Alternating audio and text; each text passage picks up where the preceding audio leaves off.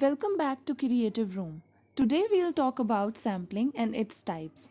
During research, often it is impractical to examine an entire population. So we select a sample from our population of interest, and on the basis of this sample, we take information about the entire population that will be inferred.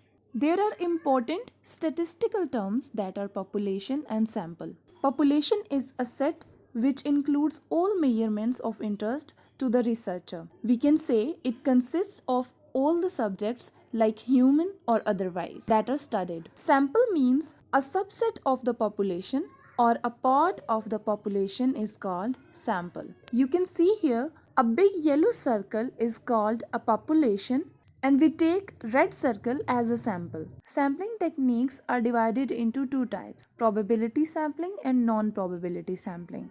Probability sampling is further divided into three types, that are simple random sampling, stratified sampling and cluster sampling. While purposive sampling, quota sampling and convenience sampling is the part of non-probability sampling. To understand the difference between probability and non-probability sampling, we have to see the three aspects. The difference between non-probability and probability sampling is that non-probability sampling does not involve random selection and probability sampling does.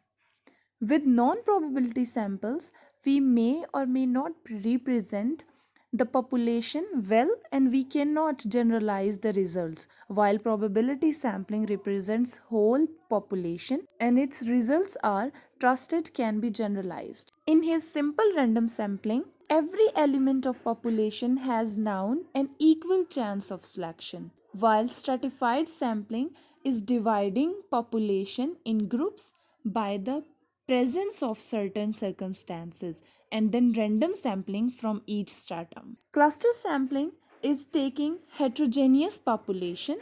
It is about all observations in the selected clusters are included in the sample.